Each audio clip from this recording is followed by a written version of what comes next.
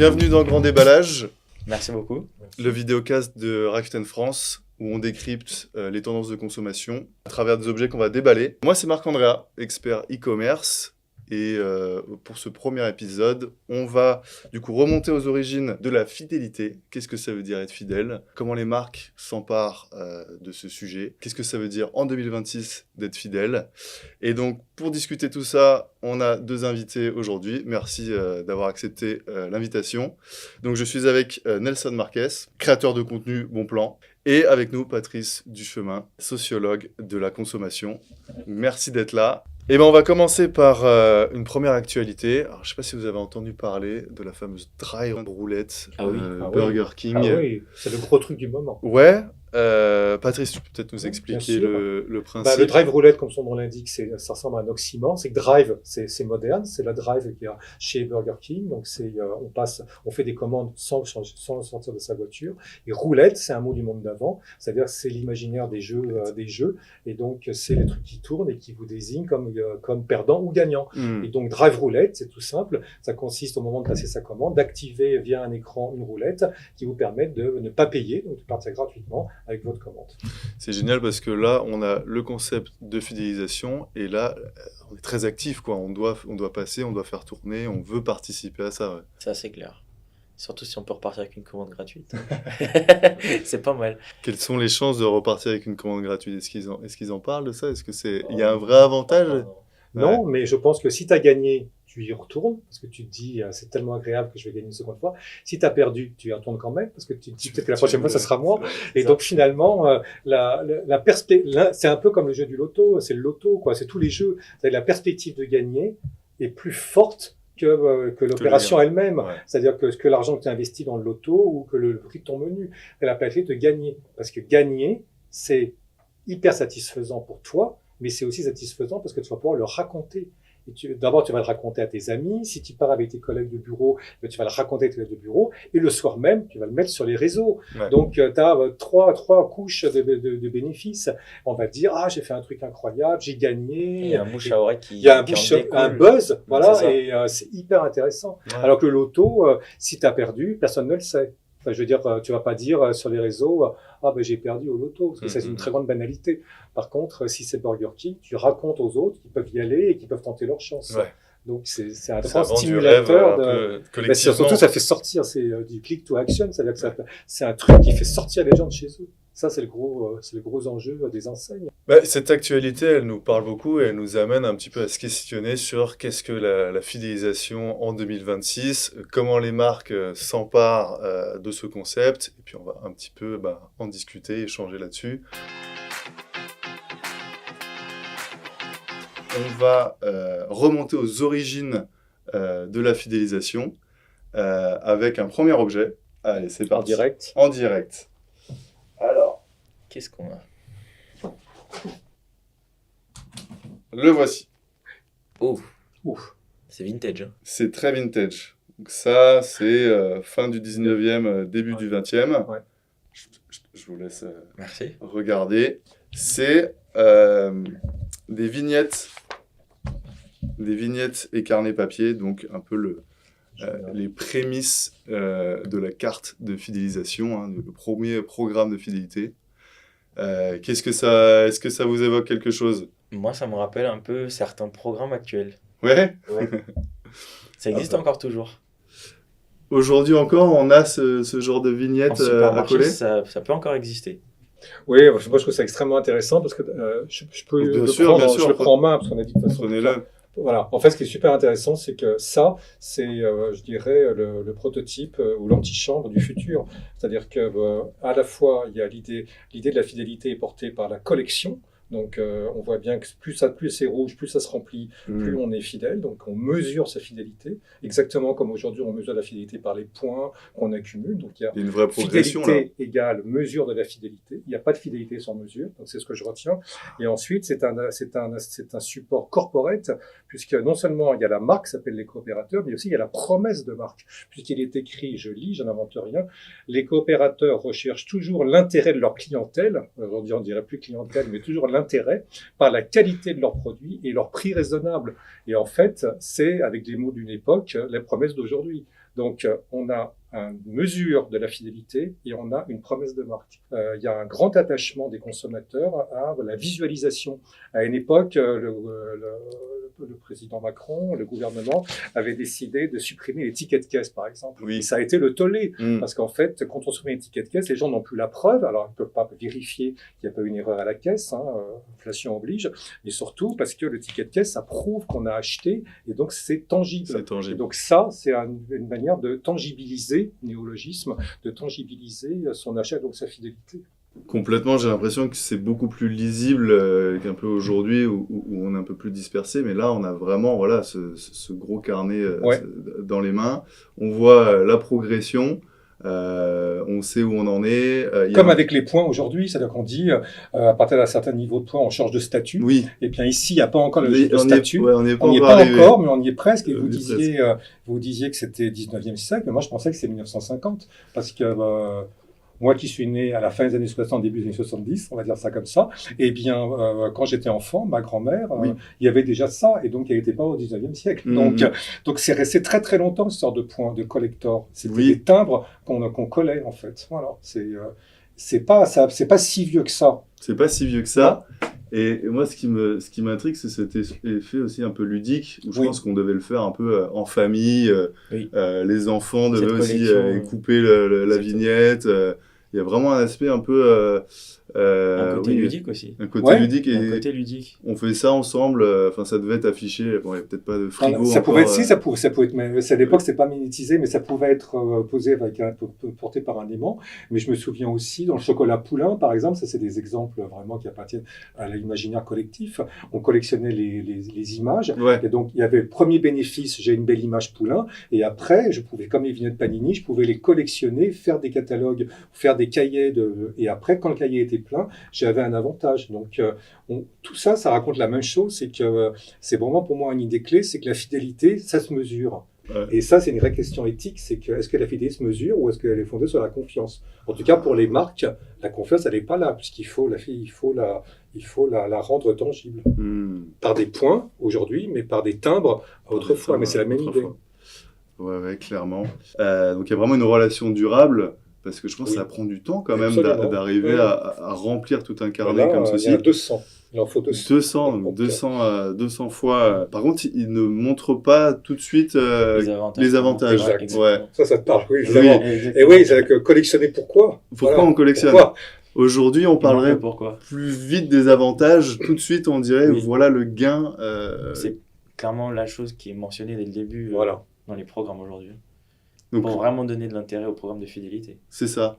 Et donc la fidélisation, elle a un peu évolué, où là, on est un peu plus patient, il y a vraiment une relation qui se crée. Aujourd'hui, on veut le gain concret. C'est ça. Ouais, clairement. C'est en cela que j'associe, c'est que ça me fait penser cette idée que la fidélité, 1, se mesure, et 2, doit s'annoncer, parce qu'en fait, être fidèle, c'est bien, mais pourquoi ? Donc là aussi, je trouve que c'est super intéressant de faire l'analogie entre la fidélité entre êtres humains, c'est-à-dire la fidélité de couple, et la fidélité avec des marques. C'est-à-dire que premièrement, la fidélité se mesure, alors par des petits signes, à Saint-Valentin, tout ça. Mais la fidélité aussi, c'est pourquoi être fidèle. Donc alors ça peut être pour les enfants, mais ça peut être aussi pour des avantages. Et ça, c'est quand même intéressant. C'est ce qui laisserait penser qu'il n'y a pas de fidélité naturelle. C'est que la fidélité est forcément culturelle. Alors, je suis un peu l'intello, mais elle serait forcément culturelle, puisque à la fois elle se mesurerait, et à la fois il faudrait dire pourquoi on est fidèle. C'est comme si je prends une autre analogie, moi je fonctionne beaucoup par analogie, si je parle de religion, il faudrait expliquer qu'on croit en un Dieu, mais pourquoi croire en ce Dieu plutôt qu'en un autre? Et ensuite on va mesurer sa fidélité par le nombre de fois où on va aller à la messe, nombre de fois où on va aller prier, nombre de fois où on va aller, je sais pas quoi, à la synagogue. Et donc c'est la même idée, c'est-à-dire qu'en fait on n'est pas loin, fidélité, religion, couple, marque, c'est un peu des notions qui sont très cousines germaines, si je puis dire. Je vois. Mais tout ça milite pour la même idée, c'est qu'il n'y a pas de fidélité naturelle. Et je pense que si on posait la question à notre chien, il nous dirait la fidélité, ouah, je ne sais pas ce que c'est, dirait-il. Parce qu'il n'y a pas, les animaux ne sont pas fidèles, ça ne se pose pas comme ça. Non. Donc c'est vraiment une invention culturelle. C'est culturel et on a besoin de le justifier, du coup, avec ce genre de mesures. Oui, clairement. D'ailleurs, nous, on parle de fidélité, mais les Américains, ils parlent de loyauté. Ou d'engagement. Ou d'engagement, ce qui est un petit peu différent. Donc, on voit que c'est culturel. Les mots ne sont pas exactement les mêmes. On a vu un peu le carnet de vignettes papier. Bon, on va avancer dans le temps. On va parler du début des années 80 où la fidélité vraiment change d'échelle. Là, le consommateur a le choix et donc les marques sont obligées un peu d'adapter. Les enseignes se multiplient et du coup vont un petit peu faire évoluer leur programme de fidélité avec les cartes plastifiées. D'ailleurs, c'est, il me semble, le prochain objet. Tac, les voici. Alors, ça doit parler à tout le monde. Ah oui, j'aime bien. Moi, j'ai fait l'exercice, j'ai ouvert mon portefeuille et j'ai 9, en comptant aussi sur les applications, le téléphone, j'ai 9 programmes de fidélité auxquels je souscris. Ok. Pas sûr que je comprenne tous comment ils fonctionnent, que j'utilise au mieux les avantages. J'ai l'impression que c'est ultra sophistiqué maintenant de nos jours, hein. Alors, toi, Nelson, tu es un expert de ce genre de cartes à points de fidélité du supermarché. Ouais. Plutôt expert dans les programmes de fidélité en supermarché parce que ça peut paraître un peu compliqué aujourd'hui pour les clients, mais finalement, quand on s'y penche, c'est quelque chose de plutôt simple et de plutôt bien fait. J'imagine que tu as débloqué tous les statuts, tous les paliers. Moi, je suis gold. Hein, Très cool. Non, mais oui, c'est des programmes que je rentabilise plutôt bien et que j'essaie un peu de pousser dans les moindres retranchements. J'ai l'impression qu'avant, la fidélité, il y avait une vraie relation. Aujourd'hui, il faut être un vrai stratège pour être fidèle. Essayer de déceler où on va pouvoir cumuler le plus. Il faut comparer, il faut s'adapter. C'est un peu fatigant aujourd'hui quand même de devenir fidèle à une marque, non ? Alors, en fait, moi, je ne crois pas que ce soit si compliqué. Je pense qu'il y a deux types de relations aux cartes. Il y a effectivement, les gens ont des cartes effectivement dans leur portefeuille, hein, 18, 19, parfois bien plus. Mais moi, j'en ai 9. Oui, voilà. Mais en fait, déjà, la carte est un signe.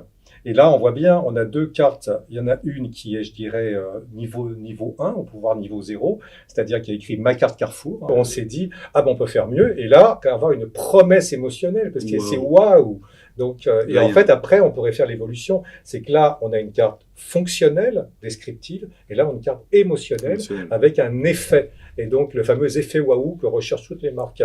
Et donc, déjà, on voit bien que la carte, elle raconte quelque chose. Donc, c'est un signe. Et après, alors si on multipliait les cartes, on verrait qu'il y en a certaines qui sont graphiques, d'autres qui sont un peu dorées, un peu bling-bling, un peu plus chic, avec des marques, etc. Pour reprendre ce que tu disais, c'est-à-dire que aujourd'hui, il y a des gens qui ont des cartes, donc ils sont en position plutôt passive. Donc, ils ont pris une carte, ils savent qu'il y a des avantages, mais le truc, il tourne tout seul. Donc, ils font des courses, et puis un jour, ils reçoivent un relevé. Puis maintenant, il y a des gens beaucoup plus actifs, et ça, c'est très intéressant. C'est la nouvelle génération. Pour chaque enseigne, de supermarché, en tout cas, je les connais très bien. Les conditions des programmes, les fonctionnements des promotions en catalogue, que ce soit du remboursement différé, de la remise immédiate ou sous forme de bon d'achat. Tout ça, c'est des mécanismes qui plaisent de plus en plus aux consommateurs, qui plaisent de plus en plus en tout cas à mes abonnés. Voilà. Donc il y a vraiment un groupe de gens comme toi. Totalement. Je l'ai vu sur Instagram parce que je le suis. Je le suis depuis 4 jours. Non, mais surtout j'ai vu qu'il y avait une femme qui t'a reconnu dans les rayons.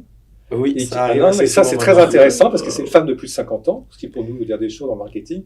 Femme de plus de 50 ans qui a dit mais vous êtes Nelson, etc. Je vous suis, etc. Et donc là, la transmission, c'est-à-dire que Nelson, il prépare le terrain et les bénéficiaires, à mon avis, ne sont pas les gens de ta génération, c'est plutôt des gens un peu plus âgés. Alors, à qui tu prépares le terrain. C'est vrai, c'est un fait, mais c'est vrai qu'il y a de plus en plus d'étudiants aussi qui m'écrivent maintenant. Voilà.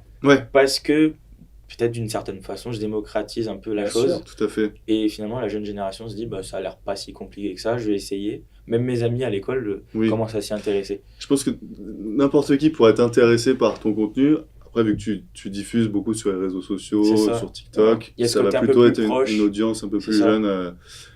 Mais tu défriches aussi pour les c'est autres. ça. Oui, En fait, oui. c'est une forme de savoir intermédiaire, c'est-à-dire qu'il y a la marque, il y a le consommateur, et entre les deux, il y a Nelson. voilà. Et donc, c'est un défricheur, et ça, c'est un rôle hyper important.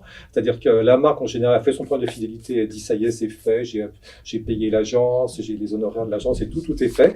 Mais en fait, non. C'est qu'il faut maintenant un intermédiaire, et ça, c'est les nouveaux intermédiaires, parce que le consommateur, livré à lui-même, parfois, c'est super compliqué, les trucs sont encore 6 ou 7, là, je parle de la typo, et donc, personne ne lit tout ça, là, je parle encore de lettres, super compliqué. Ouais, et là, il y a un vrai service, c'est-à-dire qu'il a tout préparé. Tu viens démystifier, tu viens vulgariser. C'est même préparer le terrain, c'est-à-dire qu'on sait exactement ce qu'il faut acheter, à quel endroit. Parfois, je fais des paniers tests, des exemples concrets.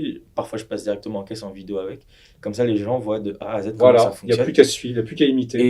Et ça montre comme quoi c'est vraiment super simple à faire. Enfin, c'est simple pour toi, parce que pour moi, ça ne l'est pas complètement. Non, voilà. Et est-ce que tu récupères des tips, des astuces de tes abonnés? Est-ce que eux aussi te disent Alors, tiens, oui. Bah, en fait, c'est un échange perpétuel entre nous tous. Génial. Moi, je suis toujours dans cette recherche constante tous les jours de partager des nouvelles astuces, trouver un peu les nouveaux sites émergents parce qu'il y en a de plus en plus chaque année, des nouveaux sites ou applications de cashback, on en reviendra tout à l'heure. Et en parallèle, j'ai aussi ma communauté qui, parce qu'elle pratique au quotidien, il y a ce côté un peu partage spontané qui se développe, même entre eux, en commentaire, parfois sous les vidéos. Il y a cet esprit communautaire qui se développe et concrètement, moi, je trouve ça beau. Ouais, c'est génial. Il y a vraiment un échange on partage les bons plans. Et du coup, est-ce que toi, tu échanges beaucoup avec les marques? Ça arrive de plus en plus que les marques me contactent, que ce soit pour des collaborations ou des partages spontanés.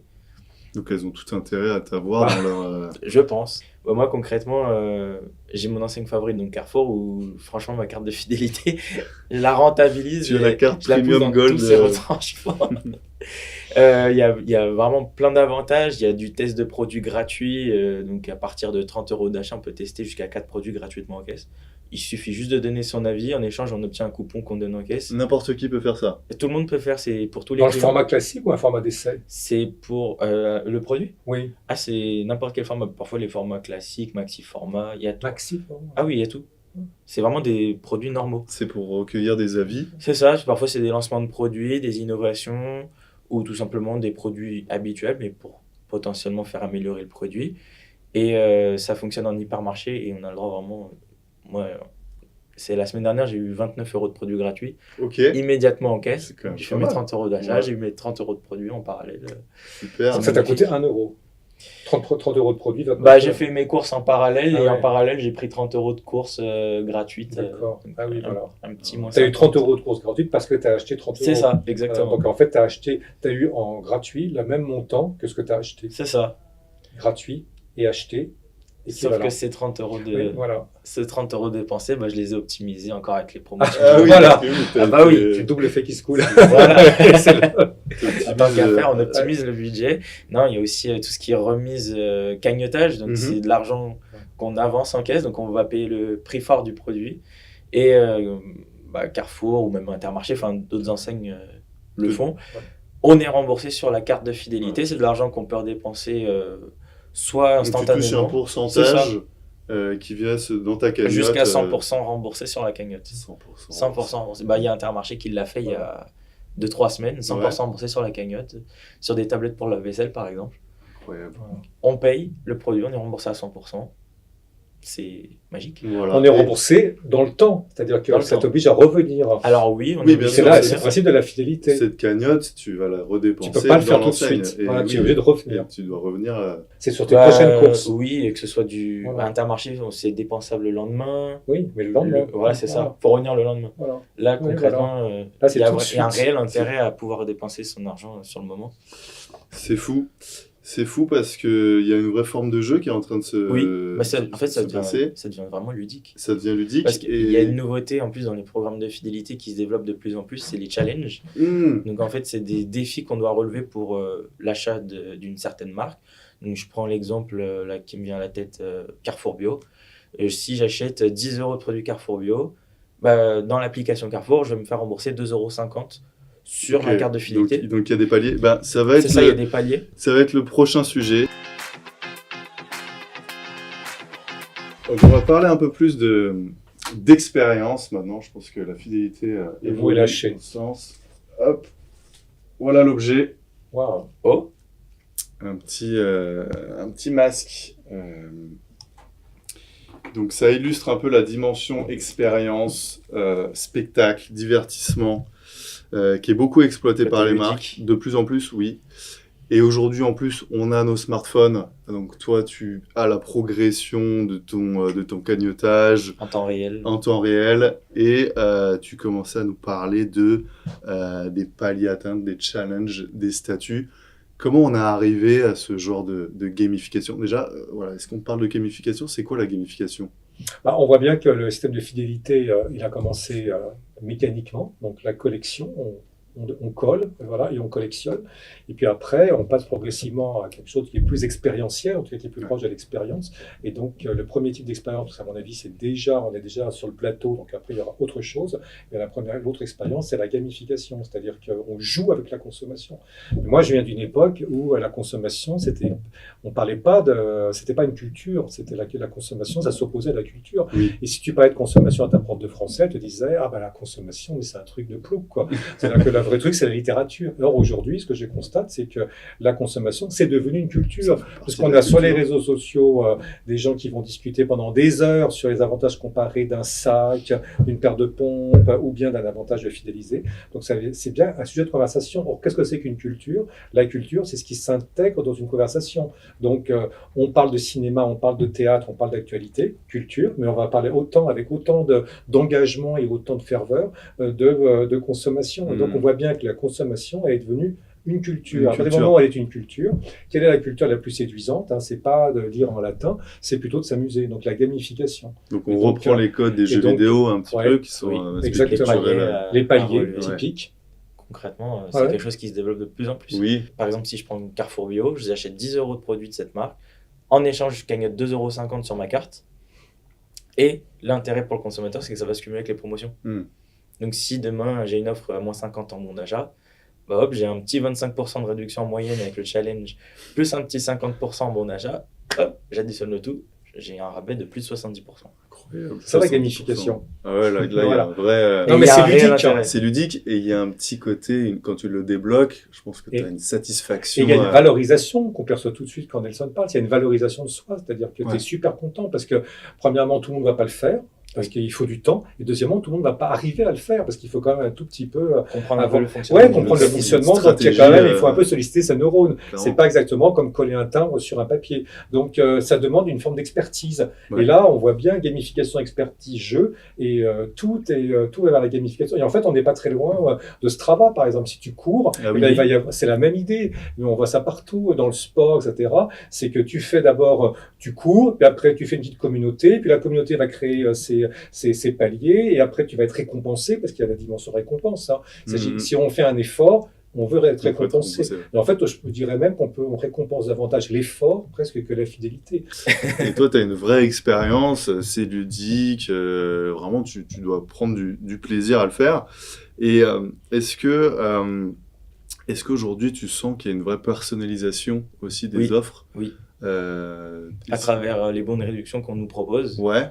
Dans l'application. Dans l'application. Donc, dans l'app, tu vas avoir certaines promotions qui ne seront peut-être pas aujourd'hui, les apps des enseignes, les applications des enseignes, ça devient un peu un outil pour optimiser son budget course. Ouais.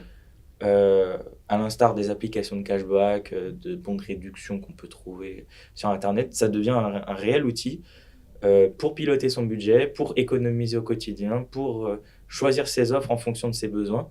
Et concrètement, il y a ce côté vraiment de personnalisation des offres qui ressort de plus en plus et ça permet, je pense en tout cas, de mieux développer ces programmes de fidélité. Ouais, ça donne un peu plus de sens aussi. Plus il y a de personnalisation, plus il y a de fidélisation. Ah, oui. Et en fait, maintenant, c'est devenu une condition. Donc, on voit très bien comment les systèmes de fidélisation, et je ne dis pas de fidélité, évoluent. C'est qu'on passe du mécanique à l'émotionnel, de l'émotionnel au ludique. Et après, on va encore aller plus loin. Mais on voit bien que plus on est... Qu'est-ce que ça veut dire, en fait, émotionnel et ludique? Ça veut dire qu'on devient acteur. Alors qu'avant, on demandait juste de coller un truc, donc tu étais très peu acteur. acteur, hein. Tu allais quand même être un peu acteur, parce qu'il fallait garder ses points et les coller. Mais maintenant, on joue avec... Oui, il y a là, plus d'efforts. c'est un service minimum, là, on est vraiment engagé. Ouais, et en fait, la cerise sur le gâteau, c'est qu'en fait, après, tu es valorisé. C'est-à-dire que tu as ta communauté qui te renvoie une image de toi-même, et tout ça, ça crée un cercle vertueux où finalement, le système, il fonctionne. C'est win-win, win-win-win même. C'est gagnant-gagnant. Pour les deux parties, je pense. Et même pour les trois, parce que même pour le consommateur. C'est oui, ça, c'est vrai. le consommateur, la marque et le créateur de contenu. Une expertise qui a apporté voilà. tous les parties. D'ailleurs, en parlant de win-win-win, on va partir sur un autre sujet. On reste dans l'expérience, dans le sens, dans la reconnaissance, mais aujourd'hui, et ça fait depuis à peu près 15 ans que ça existe maintenant, c'est le cashback. C'est un peu une remise immédiate en argent. Alors on sort un peu du concept des points où tu cagnotais et tu vas pouvoir redépenser tes points dans l'enseigne. Là, la promesse apparemment du cashback, c'est que c'est des euros et tu peux sortir cette cagnotte pour la dépenser comme tu veux. Il y a différentes formes de cashback. Il y a différentes formes. Ah, voilà, là, on a besoin de l'expertise. Là, on a besoin d'expertise. Ouais. Alors, nous, chez Rakuten France, on le fait parce qu'on propose des points que tu peux transformer en euros. Donc, on parle aussi de cashback. Nous, on joue un peu sur les deux. Et c'est vrai qu'on voit qu'il y a différentes psychologies. Certains préfèrent les points et d'autres veulent de l'immédiat, du cashback. Ça leur parle beaucoup plus. Donc, c'est vraiment intéressant de se pencher sur qu'est-ce qu'attendent les consommateurs, comment on utilise ça pour fidéliser. Donc, nous, Rakuten France le fait, mais il y a aussi d'autres acteurs. Je ne sais pas si vous connaissez Igral, Joko. Donc là, c'est vraiment... que j'utilise au quotidien. C'est vrai ? Ah bah oui. Voilà. Et que ma communauté utilise au quotidien. Je pense qu'aujourd'hui, si on veut faire des bonnes affaires, on doit passer par ces cashbackers.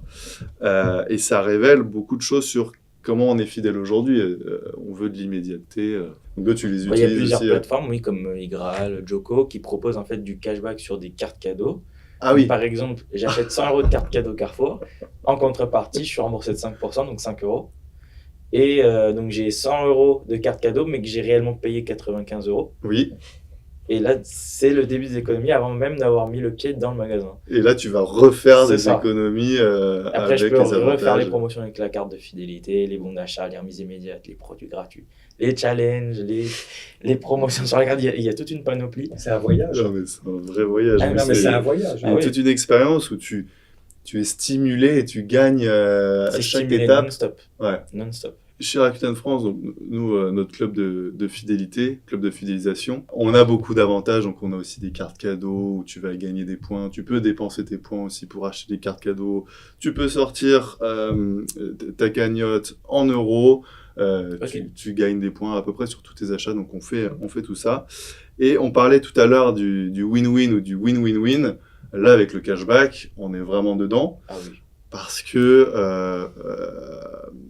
le partenaire, au lieu de dépenser de l'argent dans une campagne publicité, par exemple, il va donner une commission au cashbacker qui lui envoie un client. Le client, lui, il est content parce qu'il se fait un petit pourcentage en plus de cashback. La plateforme, elle est contente parce qu'elle touche une petite commission. Et donc, finalement, tout le monde gagne, pas de perdant. C'est ça. Le partage de valeur. Aujourd'hui, ce qui se développe aussi, c'est toucher du cashback ou toucher une grosse cagnotte sur un achat un peu plus ponctuel. Par exemple, un voyage. Alors, ça nous amène au 4e objet que je vais déballer tout de suite. Le voici. Oh, on voyage. On va voyager, c'est la carte d'embarquement ou le lien avec l'univers du voyage. Donc, merci. À l'époque, le cagnotage se faisait de manière récurrente sur les achats du quotidien. De plus en plus, on voit apparaître des mécaniques de fidélisation sur des gros achats un peu plus ponctuels. Donc, par exemple, un voyage.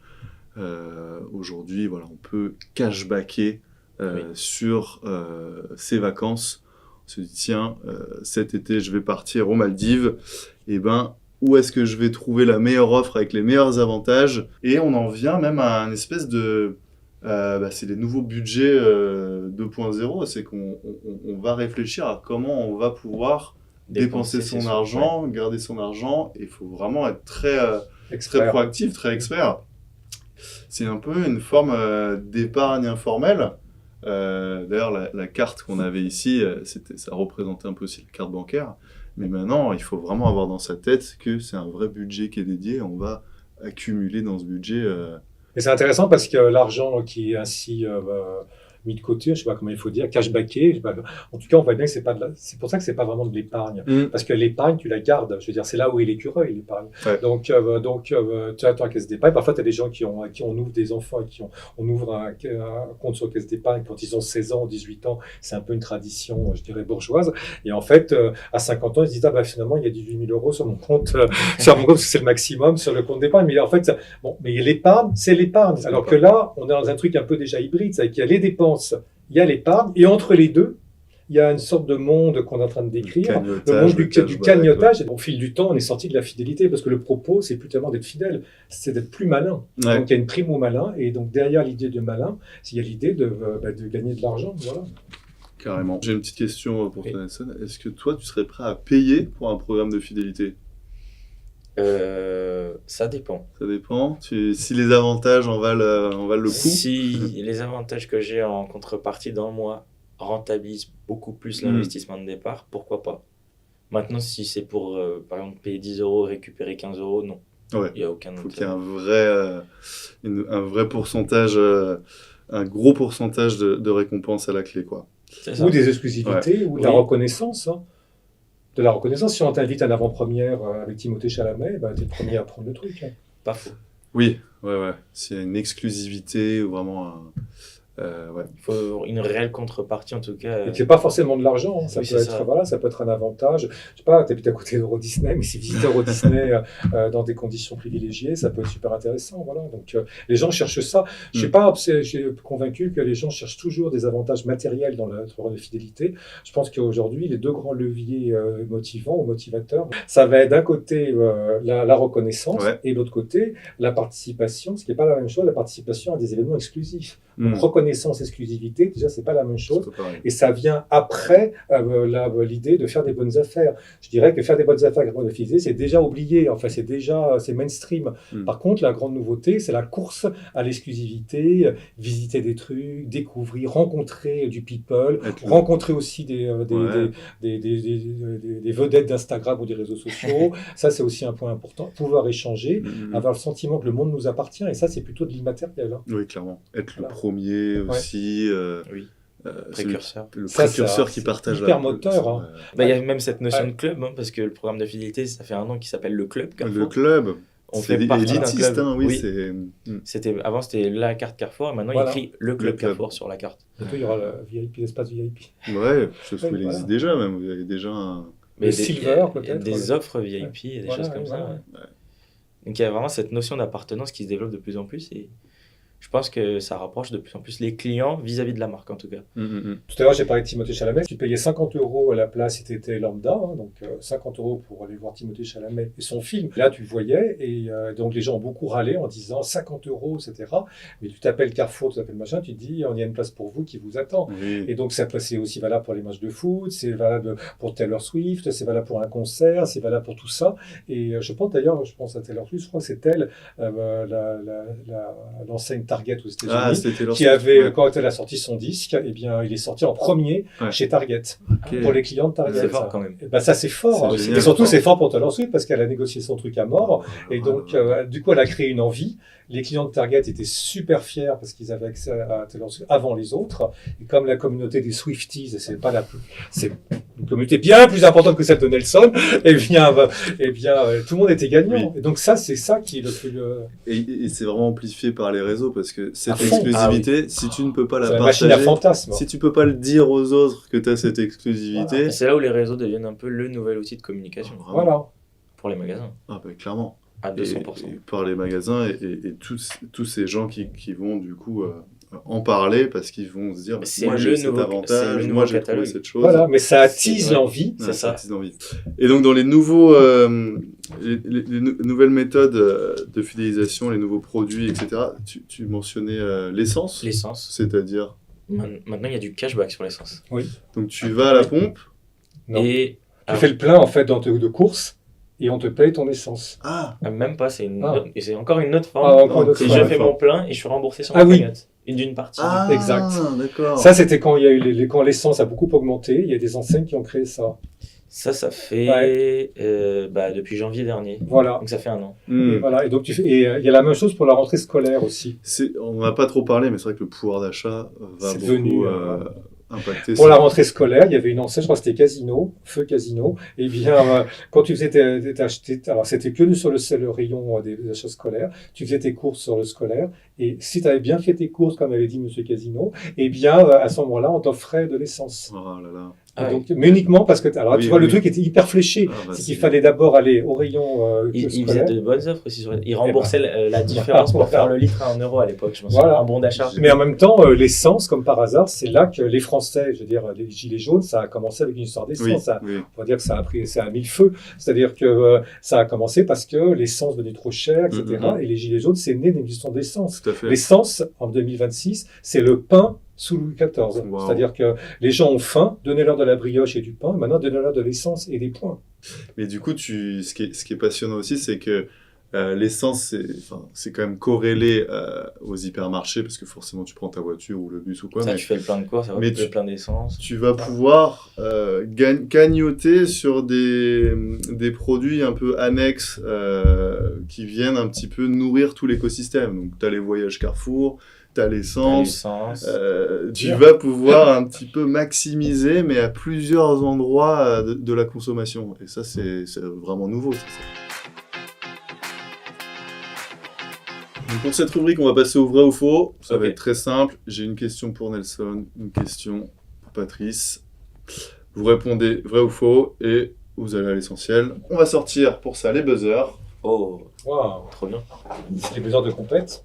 Ah oui, effectivement. Ah ouais, trop bien. Je les mets ici. Tu fais de la Ah oui, je comprends. Rouge pour faux et vrai pour vert. trop marrant. Exactement. La question vrai ou faux. Est-ce que plus on a de programmes de fidélité, plus on économise? Faux. Parce que je pense que on s'éparpille un peu partout et on passe potentiellement à côté de certains avantages si on se spécialisait plus sur telle ou telle enseigne. En tout cas, c'est mon point de vue. Ouais. Est-ce que tu as des bons plans à nous partager? Comment tu fonctionnes, toi, pour être sûr de maximiser chez un seul... Moi, pour mes courses, je dépasse pas en moyenne 2 magasins, pas plus. Ouais. Parce que comme ça, je pousse vraiment les programmes de fidélité dans les retranchements et je rentabilise au maximum mes dépenses. Puis c'est beaucoup d'efforts si tu dois comparer à chaque fois. Non, Oui. autant se focaliser sur un seul et au moins tu es sûr d'atteindre les D'en tirer paliers. les meilleurs bénéfices, c'est clair. Toi, tu utilises beaucoup l'app. Oui. Est-ce que tu pourrais te passer de l'app, revenir à juste une petite carte en plastique comme ça? Non, c'est pas Aujourd'hui, je possible pourrais pas. aujourd'hui. Hein. Non, parce que ça me donnerait pas les mêmes avantages. Pas les mêmes avantages et tu pourrais pas suivre la progression comme on l'a vu. Tu pourrais Tout à pas fait. voir les challenges journaliers qu'il y a ou même mensuels. Aujourd'hui, sur l'application, je serais perdant au niveau des avantages. Ok, Aujourd'hui, l'application, c'est devenu un outil vraiment pour optimiser son budget, pour chercher telle bonne réduction, tel challenge, telle économie à la clé. Et ça permet vraiment de piloter le budget, d'activer ces bons d'achat qu'on a eu les semaines précédentes, des choses comme ça. ah oui, parce qu'il faut activer. Ah oui, il faut activer. Ah ouais, Il faut c'est trop prendre bien. l'initiative de le faire. Mais ça contribue un peu à ce sentiment de communauté, d'engagement qu'on a Tout à vis-à-vis fait. de la marque. Hein. Et est-ce que tu reçois des notifications de la part de cette app qui te Oui. disent Oui. Quand je passe en caisse, je reçois une notification, votre ticket de caisse est prêt. ouais, Si je cagnotte, on m'envoie une notification, vous avez cagnoté X euros aujourd'hui sur votre carte de fidélité. Je suis félicité par l'enseigne. c'est gratifiant. C'est gratifiant. Donc oui, pour moi, il y a un réel intérêt. Donc ouais, une stratégie plutôt simple et ciblée, c'est souvent plus efficace. C'est ça. Passons à la deuxième question pour Patrice. Vrai ou faux? Les programmes de fidélité disent autant de choses sur nos valeurs que sur notre façon de consommer. Vrai. Et évidemment, puisque les systèmes de fidélité, on le dit depuis ce matin, c'est que c'est de moins en moins lié à l'argent. Donc, puisque c'est de moins en moins lié à l'argent, c'est de plus en plus lié au style de vie. Donc, le style de vie, c'est le reflet de mes valeurs, de ma manière de vivre. Et donc, ça ira crescendo dans le futur, puisque si on imagine que demain, avec les programmes de fidélité, on part en voyage, on assiste à des exclusivités, on découvre des produits avant les autres. Tout ça, c'est de la valorisation, mais ça ne marche que parce que ça correspond à mes valeurs. Ouais. Si on propose une avant-première, ça va être pour un film ou pour un événement qui correspond à mes attentes. Si on propose un nouveau produit, c'est évidemment parce que je suis déjà consommateur de ce segment de produits ou ce secteur de produits, etc., etc. Et ça va aller qu'en s'améliorant ou en s'empirant, c'est une question de point de vue. C'est qu'avec l'IA, on sera de plus en plus finement à la manipulation des datas ou le travail sur les datas. Eh bien, on verra de plus en plus finement ce que j'aime. Donc, on sera plus en même de proposer des choses. Ouais. Mais quand on dit valeur, il y a aussi, je voudrais pas qu'on reste que dans le champ trivial, entre guillemets, de la consommation. Parce que ça peut être aussi, c'est ça que j'observe en tant que sociologue, c'est qu'on a une nouvelle génération qui est assez sensible au collectif, au nous plutôt qu'au je, on va dire. Et donc, parfois, la consommation peut être bénéfique au nous. On n'en a pas beaucoup parlé, mais le nous, c'est des associations. Ça peut être, il y a des opérations de fidélisation chez Carrefour où finalement, on offre des ballons, des équipements sportifs à des associations sportives, des associations de quartier, etc. Donc, c'est pas forcément la transformation de consommation en consommation, ça peut être aussi la transformation de consommation en vivre ensemble, pour prendre un mot un peu politique. Et donc, ou bien, on voit bien, quand on passe à la caisse, c'est un peu la même logique, on peut arrondir la somme, etc. Donc, on voit quand même qu'il y a un rapprochement de deux planètes qu'a priori qu'on pouvait penser opposées, qui est, on va dire, la planète de la générosité, de l'altruisme, et la planète de la consommation et du pour soi. Donc, moi, je n'ai pas une vision du monde en opposition, j'ai plutôt une vision du monde en complémentarité. Donc, peut-être, et c'est peut-être comme ça, c'est peut-être le prix à payer pour sauver les problèmes de fidélisation, parce qu'à un moment, plus on ira dans la sophistication, plus les gens pourraient penser qu'ils sont manipulés, utilisés et devenir les jouets d'enseigne. Et bien peut-être une bonne façon de déminer ce risque, c'est justement de greffer ou de plugger des programmes de bénéfices, je dirais, collectifs du nous sur des systèmes qui sont fondés sur le je et le JE et le soi-même. Voilà. Je pense qu'on a fait vraiment le tour de ce qu'est aujourd'hui la fidélisation, la fidélité et la fidélisation en 2026. Eh ben, merci beaucoup pour votre présence, d'avoir accepté de venir témoigner, de venir nous raconter tout ça. C'était vraiment enrichissant. Moi, j'ai appris beaucoup de choses. J'ai hâte d'aller faire mes cours chez Carrefour. Et, avec un coach. Avec un coach. Je regarderai tes vidéos. Patrice, regardez les vidéos de Léonie aussi. C'est très intéressant. Je pense que vous allez adorer ce phénomène. Et puis, ben, on a terminé. Merci beaucoup. Merci, c'était sympa.